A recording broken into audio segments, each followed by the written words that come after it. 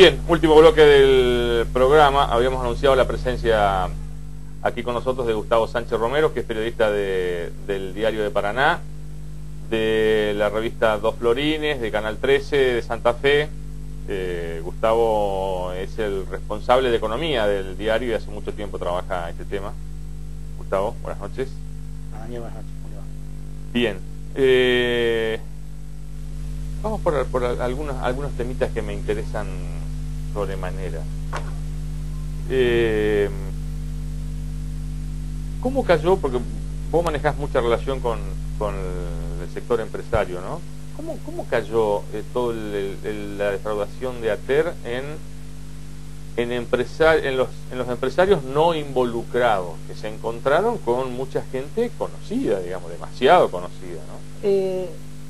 Yo ahí haría una diferencia de etapas, de momentos. Bueno, usted fue... ¿Me puedes tutear? No, esto es televisión, hay que mantener la magia. Ajá, la magia. Usted fue el que presentó por primera vez la lista. Sí. Y bien, yo fui el primero que me enteré porque de casualidad estaba en ese momento ahí cuando sucedió. Eso es opinable, no hay pruebas. No, fue casual, pero fui a hacer otra nota por la recaudación y justo me enteré que estaba saltando al aire este tema. Casareto a mí no me quiso dar la lista inicial, de hecho creo que no la dio, él la consiguió por otro lado. En aquel primer momento aparecieron algunos nombres porque no estaba claro cómo era la defraudación. Y de las 20.000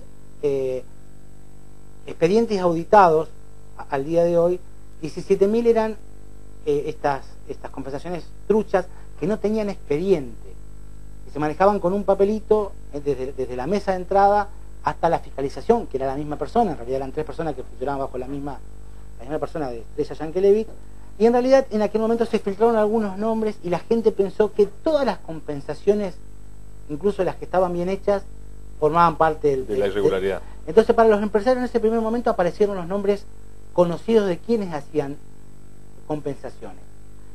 Automáticamente o inmediatamente se empezó a separar la paja del trigo y se vio que las compensaciones normales no tenían nada que ver y que quienes hicieron esas compensaciones estaban bien hechas porque el trámite se había realizado normalmente, se le había ingresado a mesa de entrada, había ido a la Contaduría General del Ministerio de Economía, el ministro lo había verificado, había firmado, había vuelto a ATER y ahí se había pagado o hecho el trámite de compensación en el sistema. El problema eran las otras que no figuraban en ningún lado. Para los empresarios en ese primer momento hubo cierta confusión y se pensaba que estaban algunos nombres que sí hacen compensaciones vinculados al Estado. Se tiraron algunos nombres que en definitiva no aparecieron en la lista, en esas primeras horas. Luego aparecen los nombres más fuertes, que podríamos resumirlo en 2, que es Galucio con El Sembrador y Deruder con la empresa de esta costa del Uruguay. No, también te puedo sumar la constructora aquí de Concesión del Uruguay. Sí, ¿no? pero no tenían tanto impacto en las organizaciones empresarias, al menos en las 3 o 4 más importantes de la provincia. Sí. Entonces en ese momento aparece como una especie de alivio, porque en un momento se pensó que había muchas empresas involucradas de las grandes, que en realidad no aparecieron y en el mundo del empresariado, al menos el institucionalizado, las cámaras empresarias, las entidades, hubo como una cosa compleja, porque se estaba ante una operación delictiva de la que todavía no se tenía dimensión. Y esto a mí es lo que me sorprendió mucho lo de Galucio. Si bien Carlos Galucio, uno de los hijos, Miguel, por supuesto, que es el CEO de YPF, Carlos, que fue el presidente de 2 gestiones de la Unión Industrial, le cedieron a Domingo, creo que es el nombre del padre. ¿Domingo, eh? No. Miguel. Las acciones, de alguna manera, o su parte dentro del Sembrador, no tuvieron problema. Eso significó un gran alivio, digamos, porque hubiese sido realmente vergonzoso que tanto Miguel, el CEO de YPF, como Carlos, que es el hombre fuerte de Luis Lossi, la constructora quizá más importante de la provincia, estuvieran involucrados en eso. Entonces quedó resumido al padre. A mí en lo personal... y a uno de los hermanos, al mellizo de Carlos, porque el más chico de los Galucio tampoco tiene otra función. Entonces quedó reducido al padre y al hermano mellizo gemelo de Carlos. En lo personal, a mí, yo creo, y desde el primer momento, de que Uribarri no estaba enterado, que esto Casareto lo lanza como una represalia Bueno, él siempre dice que es el que junta la moneda, el que tiene que hacerse cargo de la recaudación, el que pone la cara entre los empresarios, que es el que recibe las puteadas de todos los empresarios, sobre todo de la reforma tributaria. Y la verdad que es una joyita lo que acaba de pasar recién con Galarraga. Maravilloso como Uribarri queda solo, porque la alianza política que Uribarri rompe con los industriales para aliarse con el sector gremial y poder hacer la reforma tributaria en diciembre, esta declaración de ahora de Galarraga y Galarraga los deja absolutamente solos. Es el padre de una reforma que nadie quiere, evidentemente en un contexto recesivo del país y de la provincia, por otra parte. Entonces, en los empresarios después pasó el tema, porque como no había grandes empresas, la verdad no tuvo mayor incidencia.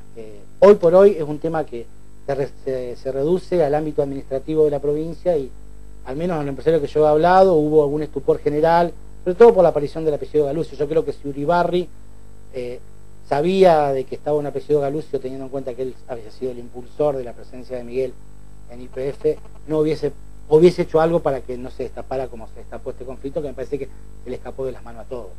¿Y en el seno de la UIA? Digamos, o sea... La Unión Industrial, Entre Ríos. Sí. Entre Ríos tiene con el gobierno desde...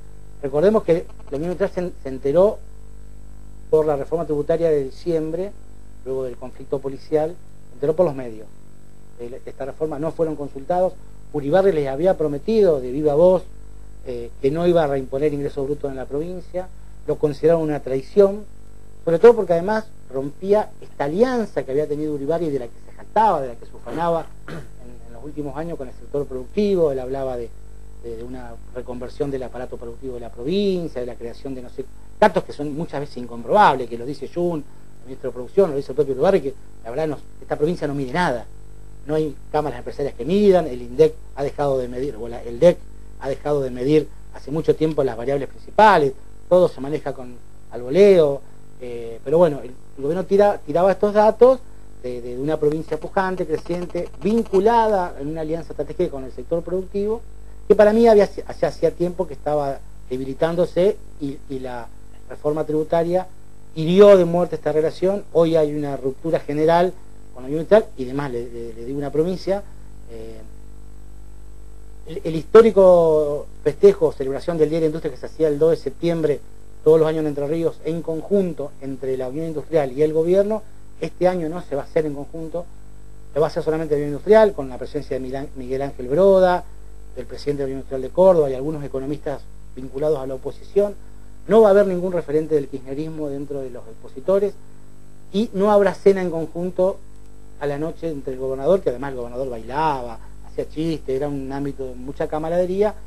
Hasta ese punto ha llegado la ruptura de las relaciones, que ni siquiera el Día de la Industria, que en los últimos 10 años se hizo en conjunto, este año se va a hacer por separado. No sé si el gobierno tiene previsto hacer alguna actividad al respecto. Creo que el premio del exportador entrerriano sí lo van a hacer el gobierno por su cuenta, pero no lo van a hacer en el marco de la cena de la Unión Industrial que se hacía todo junto. Es decir, la relación hoy es prácticamente inexistente, hay un malestar muy grande, y de hecho hubo algunos actores de la Unión Industrial vinculados al gobierno, con militancia política, más allá de su militancia empresaria, intentaron tender algunos puentes en las últimas semanas, pero hubo una férrea posición de los empresarios más jacobinos, para que no haya ningún encuentro hasta que el gobierno no revierta esta reforma tributaria que, según dicen, ha colocado a las empresas en situación muy compleja, y bueno, en un contexto recesivo hace más difícil todo esto. ¿En qué medida lo sorprendió al sector empresario esta decisión del gobierno de desprenderse de las acciones de Cotapa y de las del frigorífico San José, en un marco de estatización, a ver, digamos? yo le digo, Daniel, pero yo no soy vocero del gobierno, soy periodista, vocero de la empresa. Digo, pero bueno, escucho, más o menos, sí. Puedo armar. Porque a mí me sorprendió. O sea, yo creo además, que nunca confiaron, el empresario nunca confió en Jun. En el ministro Jun. En el ministro Roberto Jun. Sí, pero esto excede al ministro Jun. Sí, pero fue muy desprolijo. Sí reconocen la gestión de Uribarri y de Jun en muchos aspectos, en la primera gestión, sobre todo en esa dinámica que había puesto Uribarri, en generar líneas de crédito a partir del vice, de la industria, de que vinieran permanentemente, de lo que ha sido la inversión en infraestructura, pero nunca creyeron que había política pública del sector de la producción. de hecho no son visibles. Roberto Jun había planteado un esquema que era muy poco viable, esto de que Cotapa fuera el valor de referencia, cuando en realidad Cotapa era una empresa obsoleta, que si uno la mide con, por ejemplo, con la Sibila de Federico Baulione, la inversión que tiene, que son las únicas dos empresas, por ejemplo, que hacen secado, es decir, que pueden secar la leche para exportación. De hecho, de paso, hoy el precio está bastante deprimido y eso complejiza las exportaciones entrerrianas de leche. Va marcando que no había expectativas sobre esto. Cotapa pasó de casi 200.000 litros de leche de procesamiento a 60.000.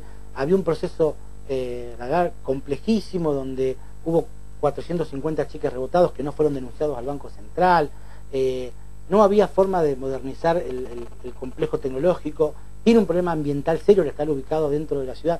La verdad, con respecto a Frigorífico San José, siempre el empresario pensó, entre nosotros, que eso se le iba a quedar Marceau. Raúl, que eran los que estaban apostando, que habían sido comprometidos por el gobierno. Yo la verdad que los aprecio mucho, son empresarios muy inteligentes, muy lúcidos. Habían puesto una mínima cuota para intentar recuperar algo que realmente venía muy complejo. ¿Son primos o un hermano del ministro? Son primos. En algún momento fueron parte de la misma familia, después se separaron. Marceau, ministro, se quedó con, creo que una empresa de agroinsumos y la estación de servicio que está en el ingreso de Colón. Y bueno, y los otros fueron los que hicieron las inversiones, se capacitaron, hicieron el complejo avícola quizá más importante de la provincia, que realmente un modelo, hasta modelo en cuestiones de responsabilidad social empresaria y demás. Y había como una sensación de que en realidad los Marceau se iban a quedar con eso, cosa que esta licitación pública en principio intentó ser directa, porque recordemos que apareció una empresa de La Pampa que se iba a quedar con las dos empresas y habían hecho un preacuerdo del cual yo desconfié inmediatamente, y resulta que cuando cierran por 90 millones las dos empresas, estos empresarios pampeanos y uno de La Plata van a Casamiquela, al ministro de Agricultura, Ganadería y Pesca de la Nación, a pedirle plata, 90 millones para comprar algo que ya el gobierno había puesto 75 millones apenas un año antes. La verdad, un papelón, una vergüenza. Uribarri reaccionó a tiempo, dijo que esto no podía hacerse así, dejó muy mal parado a Jun en ese momento, que había salido públicamente a plantear este esquema de concesión directa, y no creo. Recordemos que Jun tiene la particularidad de ser, entiendo que hoy por hoy, uno de los primeros ministros de la gestión de Uribarri que va a quedar procesado de un momento a otro en una causa judicial como la de las cosechadoras, ¿no? Bueno, pero eso es un problema. En el propio gobierno dicen al respecto, este caramelito nos los comimos todos. Dicen que se lo comió Rodríguez Signes, fiscal de Estado, dicen que se lo comió Pablo Zárate, secretario de Industria, dicen que se lo comió Uribarri, y que llega de la mano de Jun, pero que en realidad Jun no sería el hombre que arrimó a estos empresarios, a los empresarios senior, que venían ya de complejos, venían flojitos papeles de Formosa, digamos. Me parece que si se come este proceso Jun de procesamiento, no creo que sea del todo justo, porque me parece que este es un proceso que tiene una definición política un poco más integral. Una última. Viste que hay una larga lista de precandidatos a gobernador, ¿no? Tanto del oficialismo como del sector opositor peronista, digamos, ¿no? A mí lo que me sorprende, salvo creo que Bordet, por allí puede ser Val, que todavía no salió, no se decidió a caminar, pero no te sorprende de que casi ninguno maneje los temas económicos. Como que Bordet es contador. Por eso te decía, salvo Bordet o Val, que los dos son contadores, tienen la particularidad de ser contadores, pero es como que... Ya que usted me puso en este lugar, yo le voy a contar. El empresario respeta mucho a Val. Lo respeta muchísimo porque lo considera un caballero, un tipo que se ha manejado muy bien con ellos y que ha respetado la inversión privada y el Estado sin generar perjuicios al Estado. Yo conozco 3 o 4 anécdotas que los empresarios me han contado de reuniones con Val, donde lo tienen muy bien considerado. Recordemos que el empresario votó por Uribarri en la última elección, cuando tenía, por ejemplo, a Atilio Benedetti, que es un hombre del un empresario exitoso, un hombre del Riñón, que fue presidente del Consejo Empresario de Entre Ríos. Sin embargo, el curso de Atilio Benedetti no cuajó dentro del propio empresariado, que terminó votándolo a Uribarri masivamente. Uribarri tampoco manejaba Busti creo que menos. No hay una formación en la clase política dirigente entrerriana acerca de los problemas. Uribarri le pite... pero es como que debería haber, ¿no? Me parece que hoy por hoy cada vez se le exige más a un precandidato o a un candidato saber de economía. Y cuando en la segunda gestión Uribarri tentó a varios empresarios para hacerse cargo del Ministerio de Economía, obviamente que ninguno aceptó, porque en el marco del alineamiento irrestricto que Uribarri tiene con la presidenta Cristina Fernández y el discurso antiempresario que se maneja desde la Nación, para muchos empresarios era muy complejo aceptar. No, y de hecho han fracasado, digamos, los empresarios que se han metido en los gobiernos. El último caso ha sido bueno, Mario Moine, que quizás es un caso pero el último caso fue Héctor Mota. Héctor Mota, ¿no? Y Héctor Mota quedó presa del conflicto de la 125, que no supo cómo resolverlo, y quedó tironeado entre la necesidad política de Uribarri de mantener la alineación con la presidenta y su propia extracción empresaria de sostener... o sea, debe ser muy difícil para un empresario. Y por eso no, porque además un empresario no va a ir al gobierno a hacer plata, a tener prestigio, ya lo tiene. ¿Por qué motivo una persona que tiene una renta de 300.000 pesos por mes iría a...